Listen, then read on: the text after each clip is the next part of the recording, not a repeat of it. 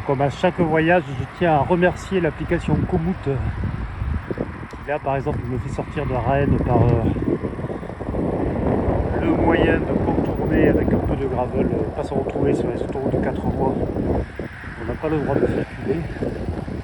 Et c'est vrai que là depuis le début du voyage, c'est parfait parce qu'il me fait prendre que des petites routes tout en maintenant un cap assez direct. Donc c'est super. Et lui aussi il fait du gravel. Allez, le tunnel sous l'autoroute, impeccable.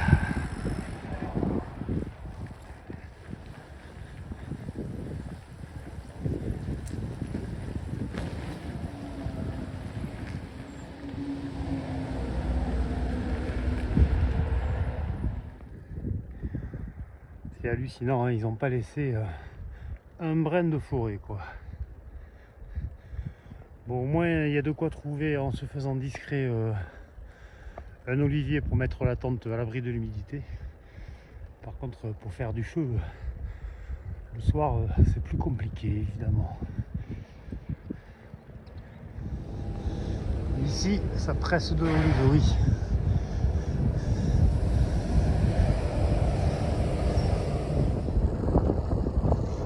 Ici, je vous propose les balcons de l'Andalousie.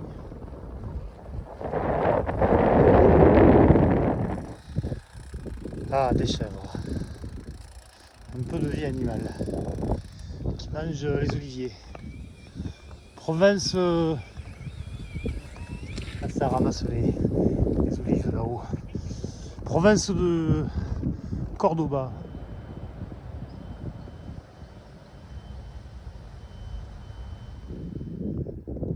Un truc de malade. Il te foreste tout, quoi.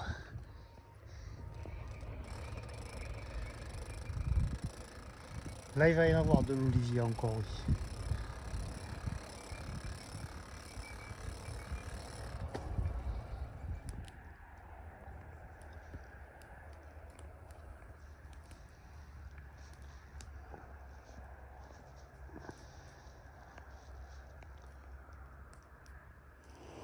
Je profite d'avoir le réchaud qui tourne pour faire un petit point sur l'option que j'ai pris. Donc, c'est un réchaud à câble, ce qui permet de déporter la bouteille, donc d'utiliser ce style de bouteille qui ne tient pas debout. Et aussi, c'est quand même assez pratique parce que le fait qu'il y ait le câble, ça permet d'aller réchauffer le gaz sur sa propre flamme le matin quand il est froid. Et donc c'est un réchaud à bouteille Markil ou MSR qui se visse. Mais on trouve, je ne savais pas ça avant le voyage, des adaptateurs qui permettent d'utiliser ce type de bouteille. Que là pour l'instant, c'est ce que j'ai trouvé le plus facilement, style à l'épicerie arabe par exemple. Et puis ici, un adaptateur pour les bouteilles EasyClick.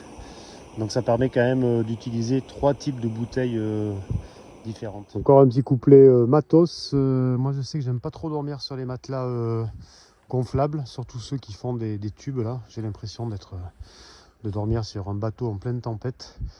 Et je préfère les matelas en mousse. Et là tout bêtement j'ai acheté un matelas de 180 là, je l'ai coupé en deux, donc ça me fait une double épaisseur pour dormir. Ça prend des épaules jusqu'aux fesses, jusqu'au bas des fesses. Ça suffit largement. En tout cas, quand on ne dort pas sur la neige.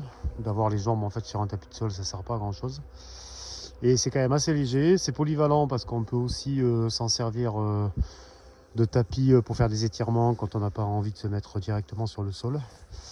Et là, en fait, une fois que c'est roulé, ça prend pas beaucoup de place. Et à l'intérieur, j'y mets mes arceaux de tente. Tac, voilà. Voilà, après j'ai pris un petit bout de bâche pour les protéger de la pluie, comme ça à l'extérieur quand je roule. Voilà, comme je suis un peu un maniaque du rangement, c'est dans une jolie petite housse de tente, tout bien rangé avec un morceau de bâche sur les côtés aussi pour protéger de la pluie. Et ça, je vais l'accrocher ici devant. Voilà, après c'est accroché devant avec 2 petites ficelles qui l'empêchent de descendre trop bas. Et le sangle de compression, et c'est pas mal parce que ça fait de la place pour poser des affaires avec l'élastique là, pour mettre des vêtements là dans la journée quand on se déshabille. Bon voilà, c'est sûrement pas très intéressant, mais c'est pour les spécialistes du matos là, style Fred Talus et compagnie là, les psychopathes du vélo. Petites astuces de backpacking. Le vendredi 28 novembre, 4e jour parmi les oliviers. Bon, il y a des bons écarts de température. Hier, c'est monté jusqu'à 18-19. Et cette nuit, sous mon olivier, j'avais quand même moins 2. Milieu de rien. La province de Séville maintenant.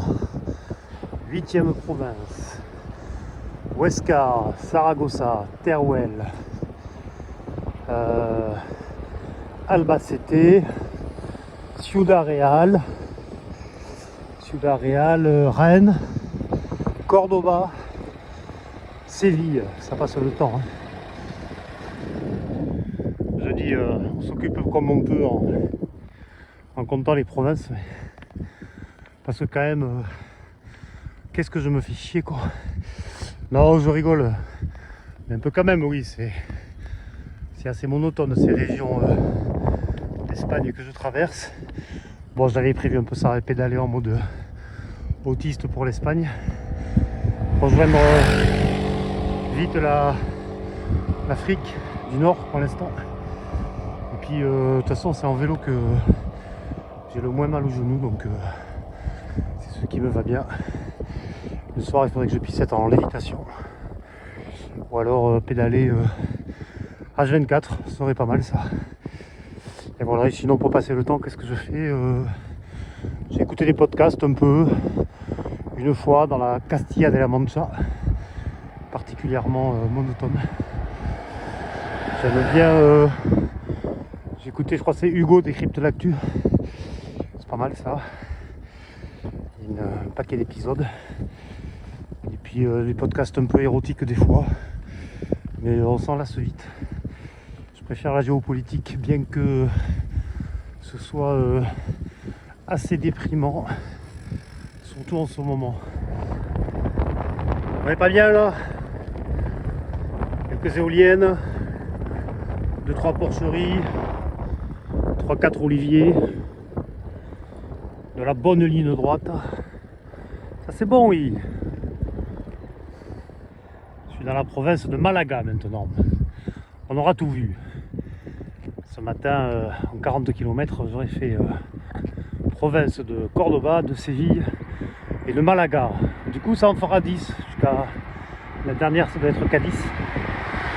Comme ça, ça fait un compte rond et ça me va mieux parce que si ça avait été 9 ou 11, je sais pas comment j'aurais géré ça, quoi. Peut-être que j'aurais pas été très bien, quoi. Ces porcheries, ça me fait penser cette nuit. Je crois qu'il y avait des sangliers pas très loin de la tente à un moment. Et après, j'ai rêvé qu'il y avait un sanglier qui passait sur la tente et sur moi, dans un sens puis dans l'autre. Je lui parlais gentiment, comme j'avais parlé gentiment au chien dans mon deuxième voyage au Pérou, et ça avait assez bien marché. Je lui disais, ouais, déconne pas, allez, casse-toi quoi. Je pensais surtout à la tente. Je me disais, putain, il va me péter l'arceau de la tente, ce con. Et je vais être emmerdé pour la suite. Sinon, plus sympa les paysages ici, ça invite au bivouac. Bon, grosse route qui circule à l'approche de Ronda.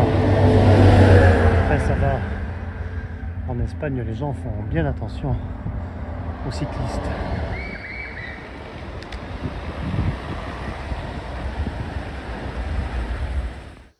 Allez, a priori le dernier bivouac en Espagne.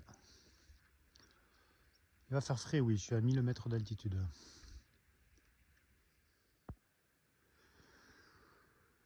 La fin de l'Andalousie. Je suis encore à 1000 mètres d'altitude et j'ai 1000 mètres de dénivelé pour aller jusqu'à la mer. Ça va monter et descendre.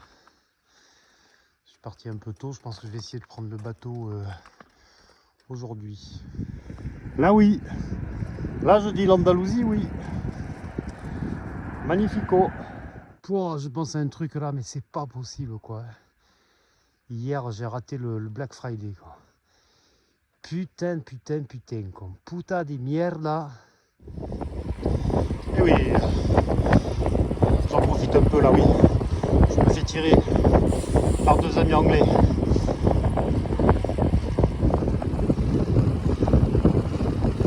Et les cyclistes par là, oui.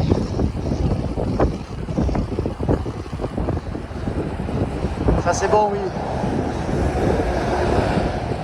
À quelques kilomètres du port, le gars il est sympa, il m'amène parce qu'il connaît la combine pour prendre la via de servicio qui permet de ne pas rouler longtemps sur l'autoroute. C'est quand même autorisé parce qu'il n'y a pas trop d'autres solutions. Ça c'est bon, oui. Le bout de l'Espagne. Dernière province, Cadiz. Ok? Gracias.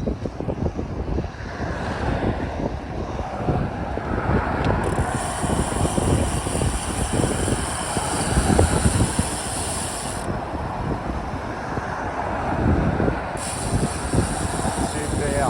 La via de servicio para los ciclistas.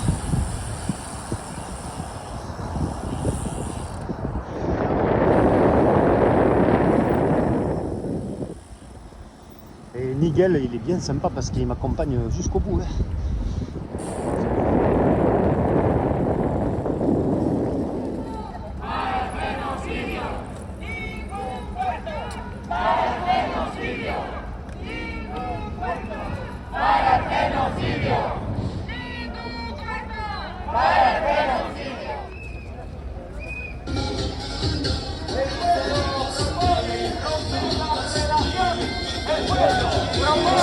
Romper las relaciones, el pueblo propone romper las relaciones.